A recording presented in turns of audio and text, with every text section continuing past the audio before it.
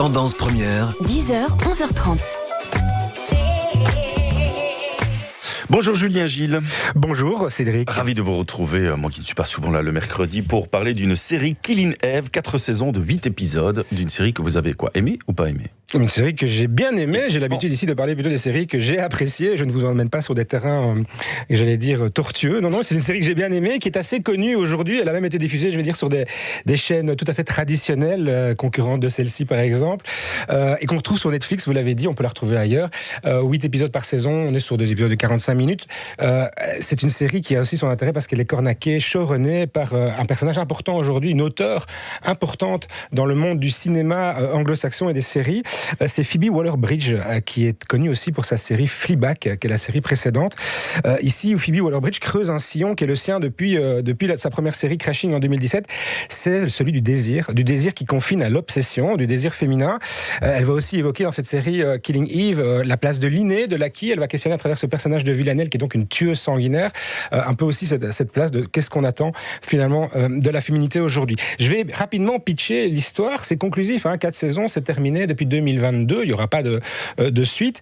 On va suivre l'américaine Eve Polastri, jouée par Sandra Oh pour les amateurs de Grey's Anatomy, bien sûr.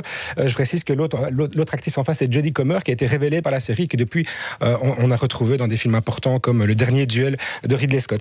On suit donc Eve Polastri, une américaine aux racines coréennes, qui travaille en tant qu'analyste à Londres pour le compte du MI5. Le MI5, ce sont les services secrets intérieurs, et qui un jour est amenée à donner son avis sur un meurtre plutôt spectaculaire, et elle émet l'hypothèse d'une tueuse et non d'un homme. Du coup, elle attire l'attention de Caroline, une femme assez mystérieuse qui, elle, est en charge du MI6. Là, ce sont les services extérieurs, qui va l'engager pour effectivement poursuivre une enquête en sous-main sur une fameuse tueuse qu'on surnomme Villanelle, et qui travaillerait pour le compte d'une organisation internationale qu'on appelle les 12. On a un petit peu ici dans le syndrome Spectre, vous savez, de James Bond, ces gens mystérieux qui gouverneraient finalement la destinée du monde dans le plus grand des secrets. Jusque-là, on est dans des prémices relativement classiques. Une enquêtrice qui poursuit une tueuse, j'allais dire en série, mais c'est plus une tueuse à gages, même si elle prend beaucoup de plaisir à ce qu'elle fait. Mais ce qui est inattendu, c'est que Eve se trouve assez rapidement attirée par la femme qu'elle poursuit. Cette attirance va même se muer en fascination et tout doucement en obsession pour ce personnage de Villanelle et son style de vie. Alors que de son côté, Villanelle, elle va plutôt être amusée au début de l'intérêt qu'elle suscite chez cette enquêtrice. Elle va en jouer un petit peu, et puis on va tomber dans un scénario de chat et de souris, une course-poursuite finalement, où s'entremêlent les notions de lutte du bien contre le mal. Ça, c'est assez classique aussi, mais cette fascination mutuelle et cette fascination pour l'interdit, puisqu'ici il s'agit bien d'un désir qu'on ne peut assouvir sans peine de, évidemment, tout foutre en l'air. C'est ce qu'on va voir au fur et à mesure des saisons. C'est comment Eve va finalement glisser doucement vers cette quête de liberté, puisque c'est ce qu'elle a envie avant tout dans le style de vie de cette tueuse. C'est cette liberté, le fait qu'elle soit complètement affranchie de toutes les contraintes du patriarcat. Nous y voilà encore une fois, de ces fameuses normes, de ce qu'on attend finalement de la figure féminine. Ici, Villanelle, cette tueuse, elle a été formatée pour tuer. Elle n'a aucune considération pour la vie humaine, donc aucune contrainte. On est dans l'ordre de la caricature, mais il y a un message là assez fort qui est passé. Mais du coup, le fait qu'elle soit tueuse ne joue que très peu de rôle dans la série, ou non, quand c'est même assez central. Oui, je vais dire qu'elle tue en moyenne 2-3 personnes par épisode, souvent de manière assez originale. Donc c'est ça, elle est à la fois discrète, parce que forcément il s'agit de pas se faire attraper, mais elle a beaucoup de panache dans ce qu'elle fait, donc elle aime être reconnue aussi pour ce panache. Donc oui, ici on prend une tueuse. Dans Fleabag, la série précédente de Phoebe Waller-Bridge, le désir, son personnage était absolument attiré par un prêtre. Donc vous voyez, on va chaque fois chercher une image qui a priori est interdite, c'est la transgression toujours et encore.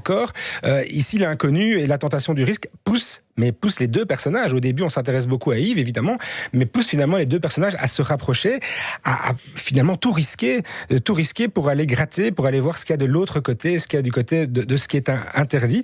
Et la transgression à la sauce britannique, ça donne quoi ? C'est toujours un petit peu plus fin sans doute que ce qu'on pourrait trouver outre-Atlantique.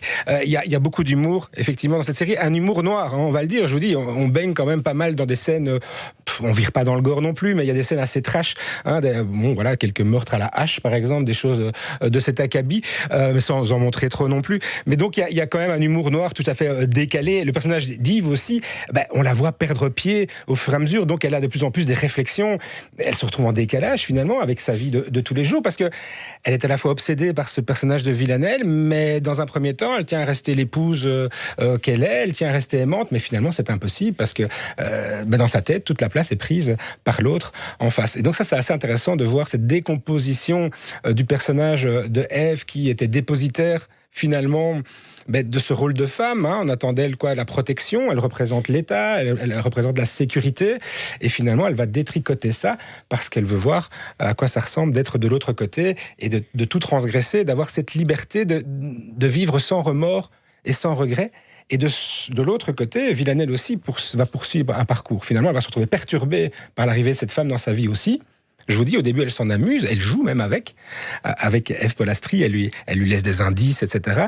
Il y a une vraie attirance entre les deux. On parle bien d'attirance sexuelle ici, c'est pas juste j'ai une fascination pour un style de vie. Il y a un désir sous-jacent qui est très fortement marqué et qui marque l'écriture de Phoebe Waller-Bridge dans tout ce qu'elle a fait jusqu'ici. C'est quelque chose qui revient, visiblement, qu'il la travaille beaucoup individuellement aussi. C'est ça, c'est un désir sexué important.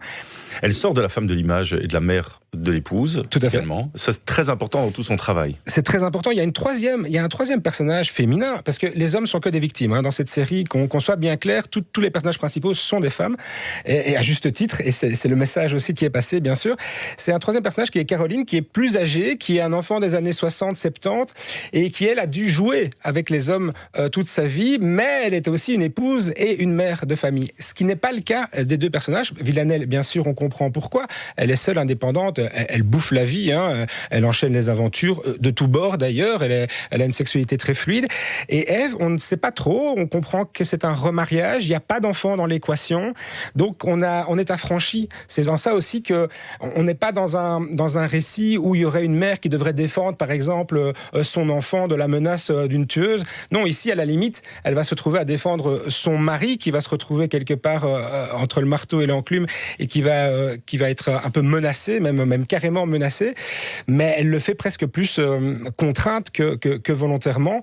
Mais oui, donc on sort de cette image assez caricaturale qu'on a parfois dans les récits où la femme tout d'un coup prend le pouvoir, tout d'un coup sort d'un format et deviendrait plus agressive, plus violente. Non, ici, c'est inscrit en elle dès les premiers instants. Il y a cette agressivité. Finalement, ce que Phoebe Waller-Bridge dit, c'est que la femme est un homme comme tout le monde, avec les mêmes perversions, les mêmes... Le fait qu'elle ait été formée comme ça, est-ce que du coup, elle a le choix ? Est-ce que justement la question du choix est véritablement présente ? Parce qu'on parle de l'autre qui a envie sa liberté d'être, mais est-ce que c'est une vraie liberté ? Exactement, c'est ce que Villanelle le personnage va investiguer, on va dire, dans les 2 saisons, les 3e et 4e saisons. Là, il y a un plan plus personnel, c'est quel est son libre arbitre, parce qu'elle va finalement réaliser qu'en fait, non, elle n'a pas le choix. Elle a été arrachée, formatée par des autorités russes, évidemment, pour ne pas changer, pour devenir la machine à tuer qu'elle est. Et finalement, elle va se questionner, je suis une psychopathe, mais est-ce que je l'aurais été sans ce formatage ? Et donc, elle va tirer les ficelles de ses racines, de ses origines. Et donc, c'est toute la question entre l'inné et l'acquis. Et je ne veux pas dévoiler, mais l'environnement ne fait pas tout. Il y a aussi un terrain qui était fertile à la base. Et donc, oui, elle se questionne sur... elle se pense libre. Elle s'imagine être dans cette totale liberté, puisqu'elle fait ce qu'elle veut, elle tue qui elle veut. Elle essaie même de se sevrer à un moment donné, parce qu'elle se questionne, elle dit, tiens, je vais arrêter de tuer, c'est pas un problème. Un peu comme un alcoolique qui pense toujours à la bouteille, elle s'imagine toujours résoudre le moindre petit problème, en zigouillant simplement la personne. Pourquoi s'embêter des convenances, etc., alors qu'elle peut jouer à être Dieu et disposer des êtres humains qui l'entourent comme elle l'entend. Donc c'est en ça aussi que c'est très drôle, c'est d'avoir ces réflexions qu'elle a parfois, qu'elle dit tout haut, parce qu'elle dit tout ce qu'elle pense, Villanelle, et donc il y a évidemment un décalage avec normalement toutes les conventions qu'on met en place dans une société éduquée et civilisée qui est la nôtre. Oui, elle fait un peu tâche, elle dénote, quoi. C'est donc une série disponible, Killing Ève, sur Netflix. Oui, Netflix. Et série clôturée. Clôturée, 4 saisons depuis 2022, oui. Et puis après, on peut passer à autre chose. Merci beaucoup. Avec grand plaisir.